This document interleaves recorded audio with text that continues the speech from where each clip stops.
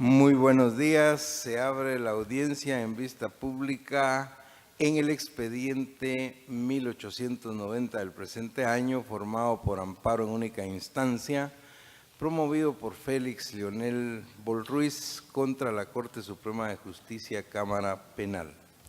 El señor secretario general de la Corte dará lectura de la relación del acto reclamado, la petición de fondo y efectuará las advertencias reglamentarias de la presente audiencia. Queda en el uso de la palabra el abogado secretario de la Corte. Gracias, señor presidente.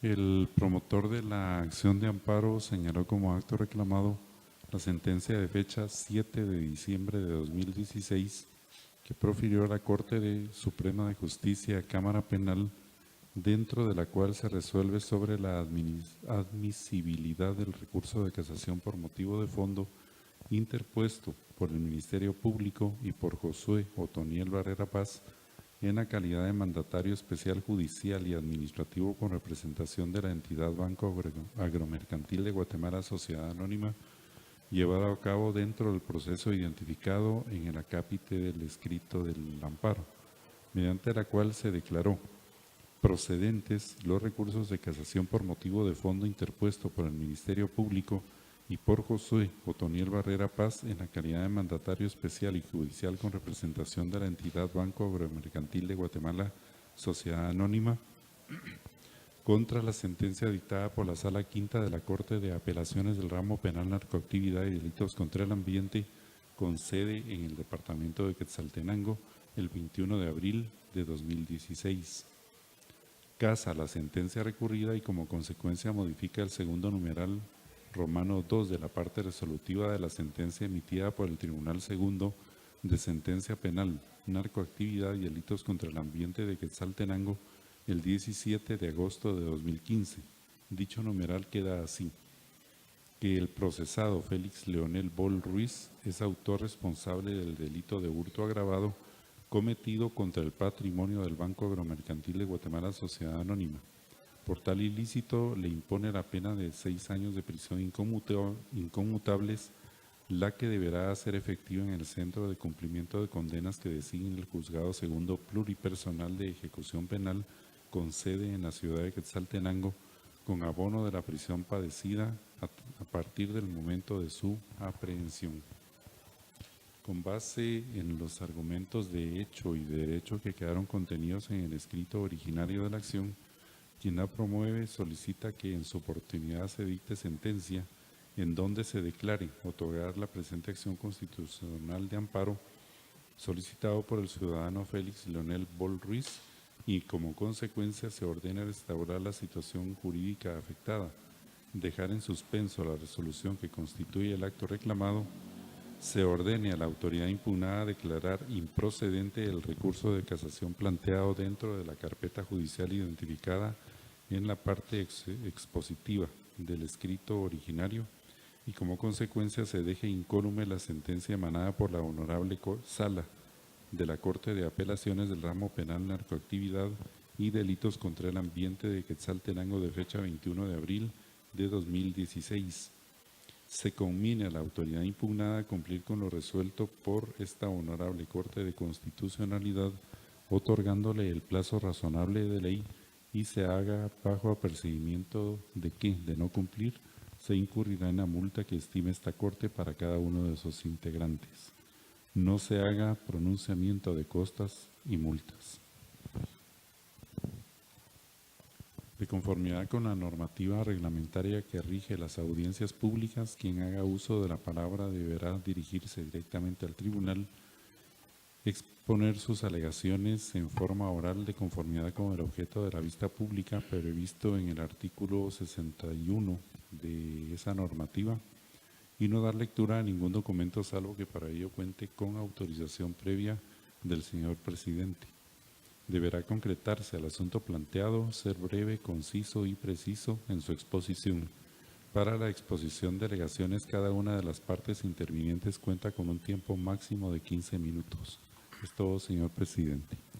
Muchas gracias, señor secretario. En tal virtud pueden hacer uso de la palabra el solicitante del amparo y requiriente de la vista pública, Félix Leonel Bol Ruiz, quien actúa con el patrocinio del abogado Eduardo José Castillo, quienes me informan compartirán el uso de la palabra. Pueden hacerlo, por favor. Buenos días, honorables magistrados, buenos días a los sujetos procesales. En esta oportunidad, honorables magistrados, vamos a ser bien concisos en cuanto a la manifestación que vamos a hacer respecto del amparo solicitado. En primer lugar, quisiera refrendar que el acto reclamado precisamente lo constituye la sentencia emanada por la Corte Suprema de Justicia, en la que declara con lugar 2 recursos de casación presentados tanto por el querellante adhesivo como por el Ministerio Público, pero deben de tener en cuenta que esos recursos fueron presentados por motivos de fondo y no de forma como en el contexto de la sentencia se puede evidenciar. En primer lugar, como solicitantes del amparo, estimamos que se estiman violentadas y como agravios 4 pilares fundamentales del proceso penal, que es el derecho de defensa, el derecho del debido proceso, la tutela judicial efectiva y una falta de fundamentación. Y estos serían los casos de procedencia respecto del amparo.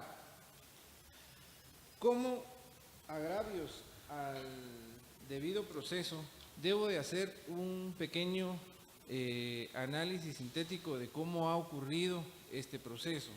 En primer lugar, pues hubo una sentencia condenatoria con fecha 8 de agosto del año 2011, en el que el Tribunal Primero de Sentencia Penal de Quetzaltenango condenó a mi patrocinado por 2 delitos: el delito de hurto agravado y el delito de equiparación de documentos. Por estos 2 delitos se le impuso originariamente una pena de 6 años con 8 meses. Sin embargo, ante esta sentencia pues no se estuvo de acuerdo, se apeló, se llegó a casación y en amparo se ordenó el reenvío de este proceso. En el nuevo debate, mi cliente es ya solo condenado por un delito, ya no por el delito de equiparación de documentos, y se le impone una pena de 6 años. De esa cuenta, señor juez, que considero que debemos de traer a cuenta o a colación el principio del reformatio impeius, que no puede ser sentenciado una persona que ha apelado y ha hecho uso de los recursos en forma más grave para él. Y en este sentido, señores jueces, magistrados, quisiera hacer énfasis que el delito de equiparación de documentos tiene como pena mínima un lapso de 2 años.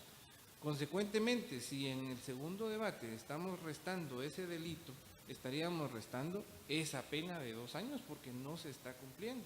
Y mi cliente fue condenado en forma gravosa a 6 años solo por un delito, utilizando como argumentos 2 agravantes que más adelante haré relación. Sin embargo, señores magistrados, considero que en esta cuestión no se respetó el debido proceso en función de 2 elementos muy precisos. Y es que estamos ante un proceso de casación de fondo. O sea, la Honorable Corte Suprema de Justicia estaba limitada solo a determinar la aplicación de una ley sustantiva respecto de lo probado en el debate. No podía variar esas formas del proceso. Sin embargo, en el análisis de la sentencia ustedes podrán advertir que ellos entran a conocer minuciosamente la valoración de la prueba, darle otro sentido a la prueba en cuanto a poder determinar 2 agravantes como es la alevosía y la premeditación. Y en esta virtud, señores magistrados, tengo que señalar o parafrasear lo que para el efecto establece Alberto Binder, que dice que el juicio no puede resultar sorpresivo para ninguna de las partes. Es decir, si el Ministerio Público y el querellante adhesivo consideraban que existían esas 2 agravantes, como lo es la premeditación y la alevosía, debieron haberlo hecho saber en la acusación y ofrecer los medios de prueba idóneos, pertinentes, legales, que pudieran determinar que existieron esas 2 agravantes para poder cualificar y poder agravar la pena al momento de una posible imposición de la misma. Sin embargo, esto no ocurrió. Esto no ocurrió en la etapa idónea y la única etapa que puede ser posible, que es respecto del debate, que es donde se sustancia toda la prueba y donde debe velarse por eso. Si no se pudieron demostrar y probar esas dos causales de agravantes, tampoco se puede hacer ya mediante un recurso de casación de fondo, porque en todo caso ellos lo que querían era atacar la forma respecto de la sana crítica que no se aplicó en algunos medios de prueba, no viceversa como en el presente caso ustedes lo podrán advertir. Se hace énfasis en el debido proceso porque si tenemos que el reformatio impeius prohíbe que se pueda agravar la pena en una segunda instancia porque no se puede reformar peyorativamente en perjuicio del sindicado, tenemos un bastión para el debido proceso que se ha violentado. Si hablamos también de que no se respetó las fases del proceso para la comprobación de las agravantes, también tenemos otra violación al debido proceso. Y una violación al debido proceso, a la defensa, que están íntimamente ligados con esto, señores magistrados, es precisamente la demostración de las agravantes. Ya esta honorable Corte de Constitucionalidad ha resuelto en múltiples ocasiones y sobre todo en la última sentencia que yo tengo conocimiento de esto, que se resolvió respecto de que se deben de probar las agravantes en un proceso penal, está precisamente la eliminación de la pena de muerte en el delito del asesinato cuyo ponente fue este servidor, y que presentamos esa inconstitucionalidad respecto de que se debe de probar la agravante y no estarse ante juicios subjetivos de los jueces para poder determinar una peligrosidad o una agravante dentro del proceso. Y eso también está en la sentencia de Fermín Ramírez, que fue objeto de conocimiento de que las agravantes deben de probarse y no solamente estarse ante juicios subjetivos. ¿Por qué hablo de juicios subjetivos, señores magistrados? La segunda sentencia del Tribunal de Sentencia de Quetzaltenango hace referencia a un conocimiento privado del juez y la Sala Quinta determinó eso y por eso precisamente se modifica parte de la sentencia de primer grado. ¿A qué me refiero con el conocimiento privado? Dice el juez sentenciador que le impone la pena de 6 años toda vez que se afectó grandemente la confianza en los cuentavientes del Banco Agromercantil y que eso generó desestabilidad y generó inconfianza en los posibles clientes del banco. Señores magistrados, si a la juez, le constaba tal extremo como conocimiento privado, lo correcto era inhibirse de conocer el caso. Sin embargo, hace esa argumentación bastante aberrante en mi consideración, porque nunca se demostró de parte del Ministerio Público y sobre todo del querellante adhesivo que efectivamente se hubiera generado un clima de desconfianza en los cuentavientes del banco. Y es fácil advertir esa situación. Yo tuve la curiosidad de consultar todos los análisis y las publicaciones que el banco hace trimestralmente y al contrario, en las fechas en que se supone que ocurrieron los hechos, las publicaciones revelan un crecimiento del banco. Entonces, esa cuestión que era fácil de demostrarse en la etapa procesal oportuna, no se hizo. Sin embargo, en aras del derecho de defensa, mi cliente no tenía que demostrar nada. Eran los querellantes y el Ministerio Público los que tenían que demostrar, en todo caso, la contrariedad y someter a la contradicción ese extremo para que pudiera efectivamente aplicarse alguna de las agravantes. Por otro lado, la Sala Quinta sí hace un análisis de la proporcionalidad de las penas, porque al no haberse determinado tales agravantes como la premeditación y la alevosía que dicen los honorables magistrados de la Corte Suprema de Justicia, que ellos entienden que de la sustanciación de la prueba hay una presunción juris tantum en cuanto a que sí existen estas agravantes, a mí me parece de verdad insostenible ese argumento. ¿Por qué?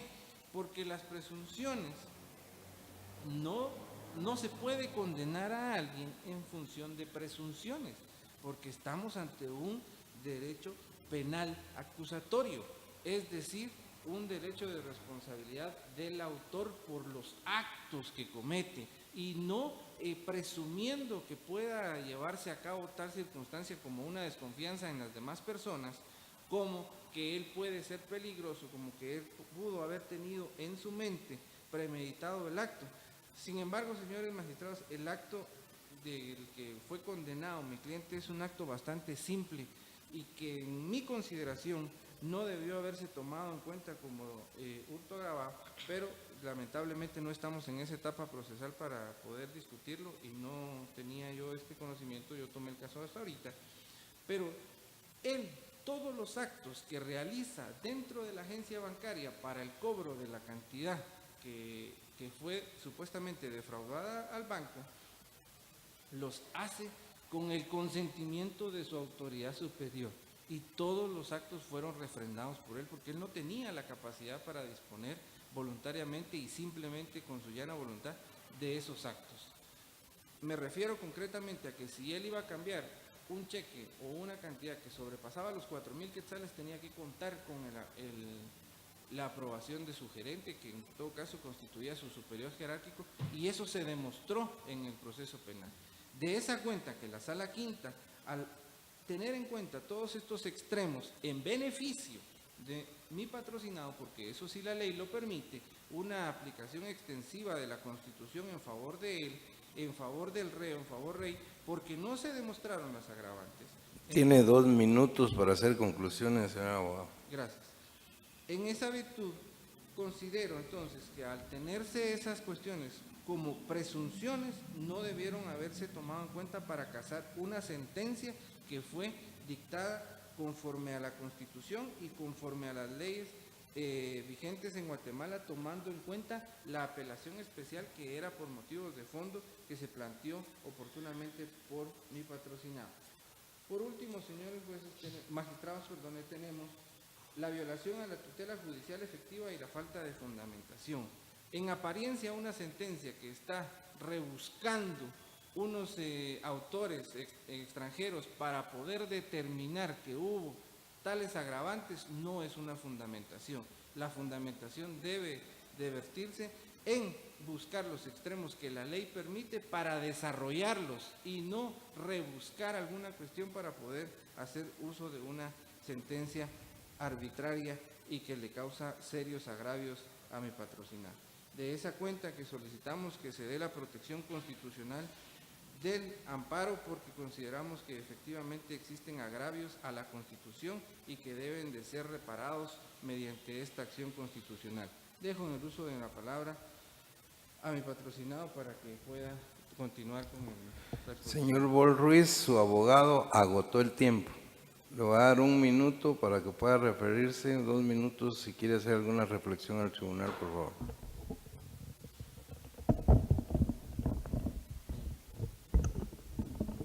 Bueno, antes que nada, buenos días, señores magistrados. Yo únicamente para recalcar lo que dijo mi abogado, es de que realmente lo único que yo pido es de que se mantenga la sentencia que ya estaba hecha efecta por la sala, ¿verdad? De que era la suspensión condicional de la pena, ya que durante estos 8 años que he tenido este problema, pues me ha causado bastante inestabilidad, ¿verdad?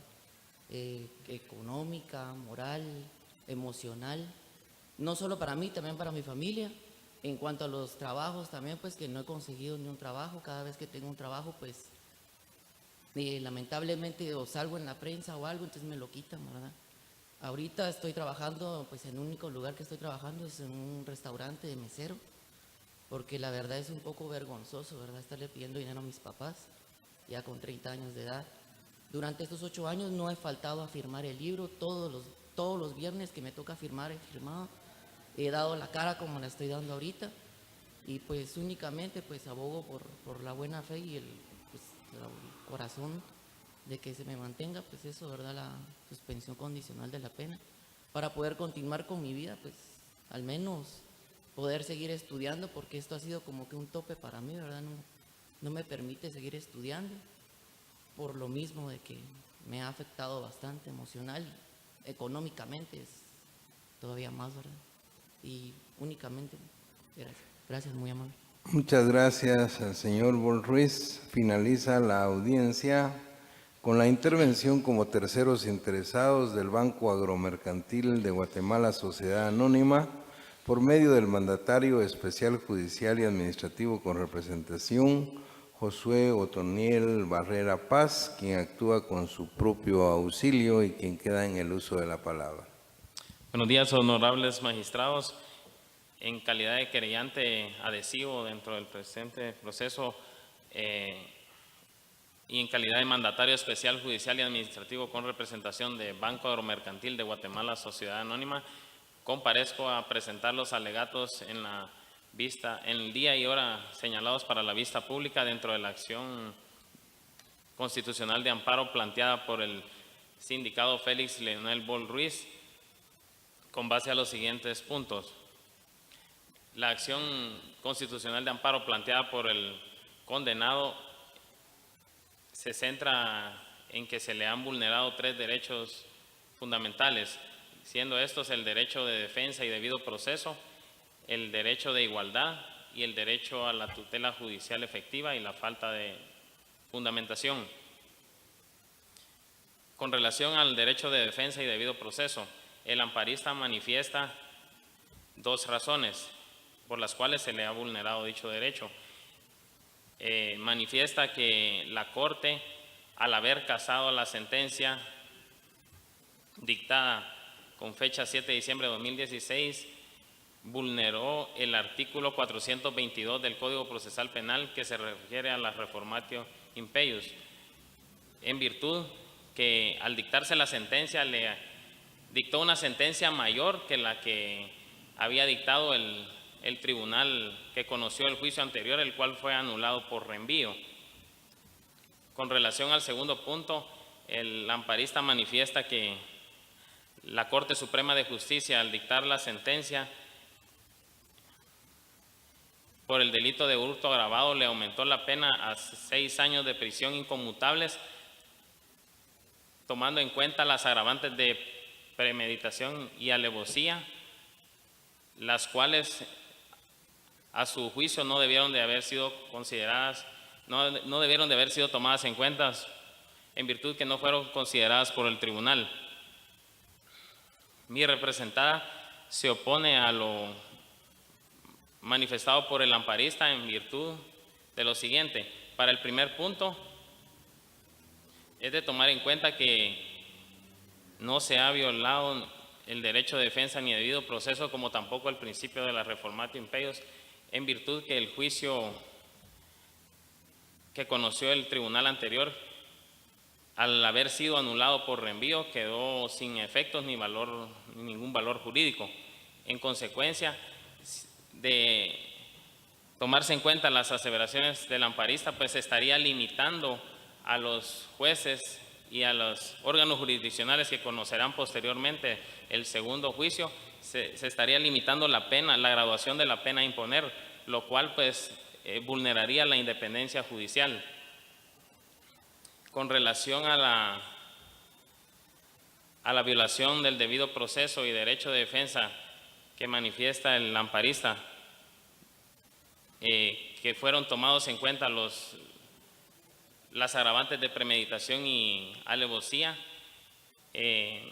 mi representada considera que no se le ha violado ningún derecho en virtud que la Corte Suprema de Justicia sí debía tomar en cuenta dichas agravantes en virtud que las mismas se encuentran contenidas en el escrito de acusación presentado por el Ministerio Público, agravantes que fueron consideradas por el Tribunal de Sentencia en su momento oportuno y teniendo por acreditados dichos hechos el Tribunal Sentenciador.